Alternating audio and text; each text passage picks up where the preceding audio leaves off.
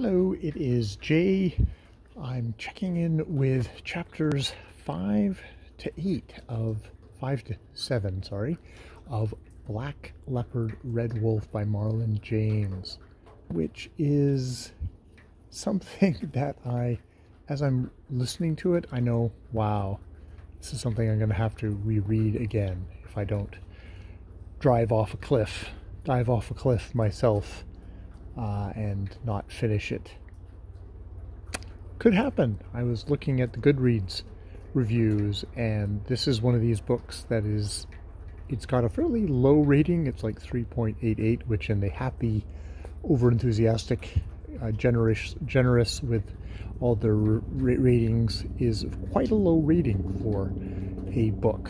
But indeed, it seems one of these books that either gets 5 stars or 1 star or 2 stars, or it's a polarizing book. And I can see why, even at this point, where apparently all the violence and sex is just the prelude to really intense violence and sex and very, very masculine world of African fantasy between the north and south, where Tracker has murdered both his potentially his grandfather and his uncle, and he's getting a flyover as I keep talking, so let's go a little closer. We have some variety of origin stories.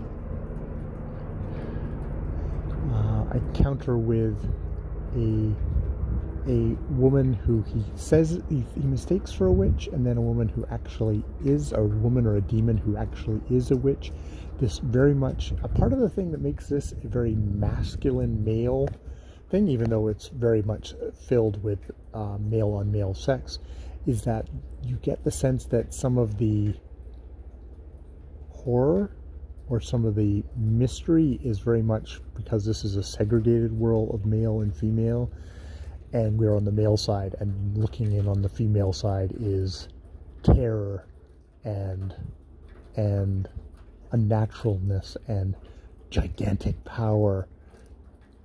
You almost get the sense that, yeah, it's the other is very much the female and the rage, and I mean the rage of the males in this book as well.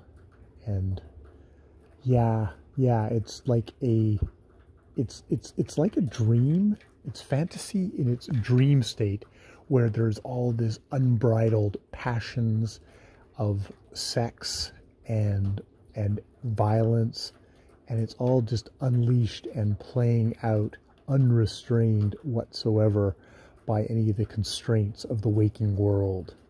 That kind of fantasy where all this stuff, all the elemental kind of passions are unleashed.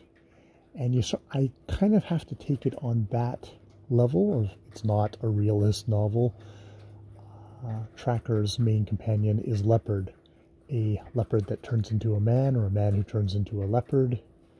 There are the various companions who have their powers.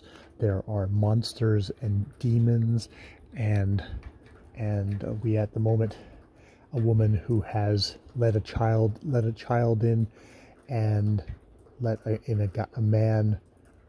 There was a white man with black and white hair who murdered all her children and when the father came home, she snapped his neck, and she seems insane and is taken in. And I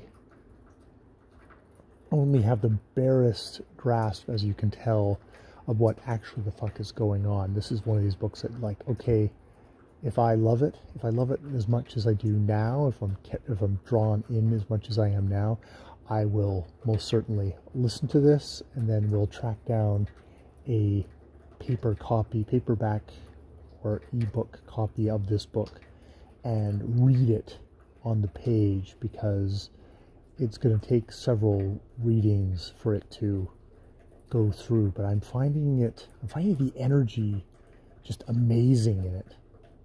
It's not, I don't think this is an endorsement of the passions and the raging going on, but I think it's a fair depiction of the roilingness of human nature as captured in myth, in fantasy. It's capturing something primal, which isn't pretty. It's like the Greek gods going around and raping and killing. It expresses something about human nature, and about, as much as someone like Freud did, or abnormal psychology might today. These are, this is the serial killer in a genre thing, or in a fantasy novel, all the monsters and demons and wild women and shapeshifters. It's got that wow feel to it, which I do think is beyond a morality, or beyond a men shouldn't treat women this way, or men should be respectful to women. It's like, no, we're on a different plane here, where I totally agree with that stuff on a conscious level, on a thing. But there's a real value of letting yourself get sucked into a world like this and seeing this stuff play out on an unrestrained fantasy plane. I don't think that encourages violence against women, or rape, or murder. I think it's allowing you to explore it as much as a horror novel would. This is, in some ways, fantasy horror more than it is just it's not a straight fantasy book. Yeah, so that is chapters 5 to 7 of Black Leopard, Red Wolf.